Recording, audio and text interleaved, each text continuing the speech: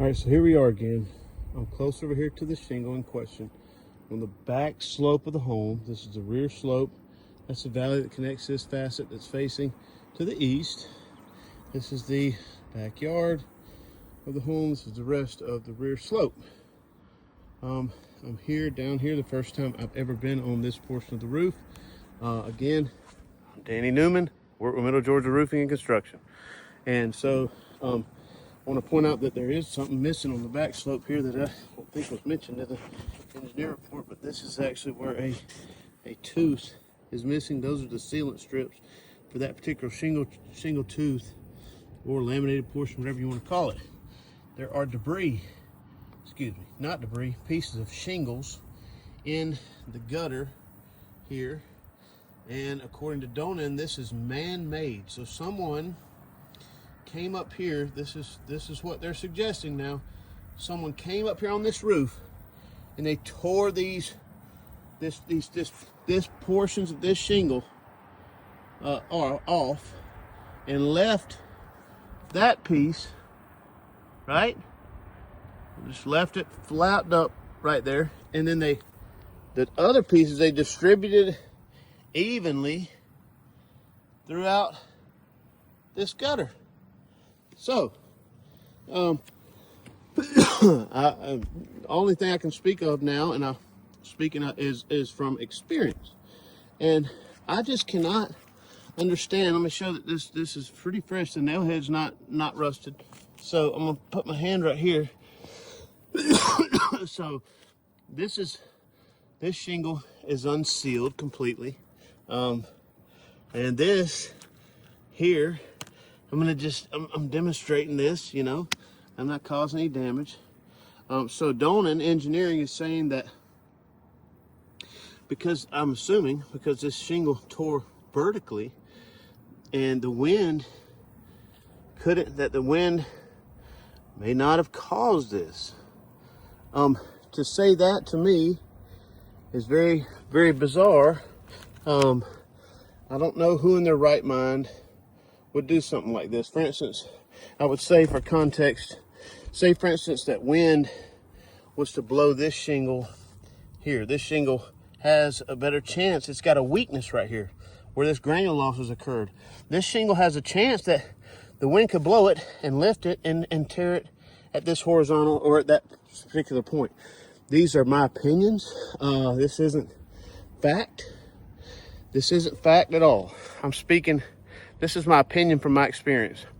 Just like the engineer report, it is an opinion. The only way to prove any facts would be with evidence. And I don't know how you could provide any evidence that this right here is man-made. If someone took the time to come up here and do this, to display, to rip this shingle at this very odd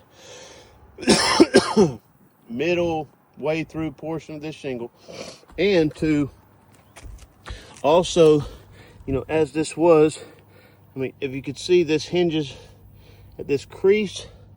This doesn't, I mean, why not rip this one off? Why'd they leave this? Why didn't they just rip the whole thing off? It's completely unsealed. Why not just rip it off? It doesn't make any sense. Okay, so my opinion is that this right here was caused by a really bad storm, because it's either one of two things, either man-made or it was caused by wind. There was wind. I've got wind reports. I'll provide those as well. I think their weather report, Donan's weather report, was inaccurate when he stated the wind gusts were 50 miles an hour. I have meteorologist documentation that the wind gusts right here at this address on I believe it was May 18th was they were 70 mile an hour wind gusts. So that's almost, I think that's 70 mile an hour is a hurricane force winds.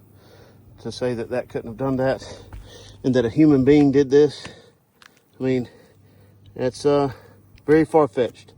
And you know, these shingles, and here's something else to consider, okay?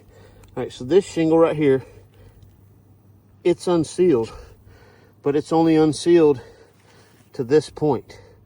So if this shingle, if wind comes in and rips this shingle up it's very likely that it's going to tear, depending on the bond it has for the rest of the remainder of the sealant strip. It's likely this shingle would rip and tear, and this is due to the age and condition. Age and condition is not a relevant factor most times in my world, other than explaining to people why they need a new roof. But in this case, age and condition could be a contributing factor as to why the shingle tore, because it's very, very, very, very, very thin and very brittle. Okay, very thin and very brittle. It could have been the same situation. Here's another one. This shingle's completely unsealed. Okay, here, let's see. This shingle is partially unsealed. This shingle, some of them are sealed. This is to provide context and in hopes that Miss Williams isn't forced to file a new claim for, and this is just per speaking with the adjuster. I have nothing to do with any claim whatsoever. But from speaking with the adjuster, it was told to me that she would need to file a new claim. I disagree with that. And here's the best I can do, is provide some context and some insight into the possibilities of what could have happened here. There's no way to rule out and say that this is not or wasn't caused by wind. Somebody, wants to make formal accusations about vandalism, and that's a different story. Thank you. Again, my name's Danny Newman, and phone number is 478-733-2394, and I work with Middle Georgia Roofing and Construction, and we're a licensed contractor here in the state of Georgia. Thank you.